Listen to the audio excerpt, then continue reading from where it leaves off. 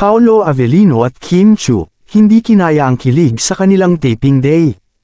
Hindi nga talagang maikakailang sobrang komportable na nina Kim Chiu at Paolo Avellino sa isa't isa dahil naglalabasan na ang mga video na ebidensya.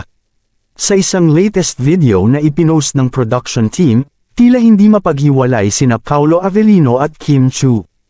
Ayon sa mga staff na nandoon, hindi talaga nadadaya ang chemistry ng dalawa dahil mismo ang mga ito ay kinikilig sa bawat isa.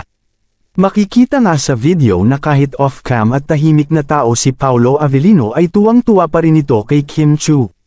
Hindi nga daw matapos-tapos ang eksena dahil pag nagkakatinginan silang dalawa ay hindi nila mapigilan ang tumawa.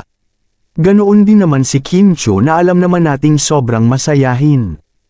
Ayon kay Kim Chiu, sobrang galing ni Paolo Avellino sa kanyang ginagampanan na role dahil dalang-dala siya nito. Hindi nga daw sila parang nagtatrabaho dahil para lang silang naglalaro. Ayon sa isang source na nandoon sa taping ay kahit wala ng eksena ay palagi paring dikit sa isa't isa sina Paolo Avellino at Kim Chiu. Magka-holding hands pa ang dalawa sa backstage at hindi maubusan ng pag-uusapan. Paano naman kasi sa sobrang komportable ni Kim Chiu kay Paolo Avellino ay lahat na lang na pag-uusapan nila. Kahit nga daw sobrang tahimik ni Paolo Avellino dahil introvert ito ay nagagawa nitong lumabas sa kanyang comfort zone at makipagbiruan kay Kim Chiu.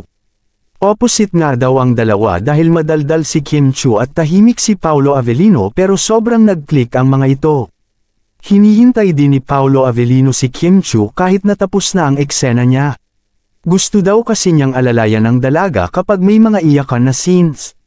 Samantala, tuwang-tuwa naman ang mga staff na nasa taping dahil kilig na kilig sila sa kanilang mga nalalaman patungkol sa dalawa.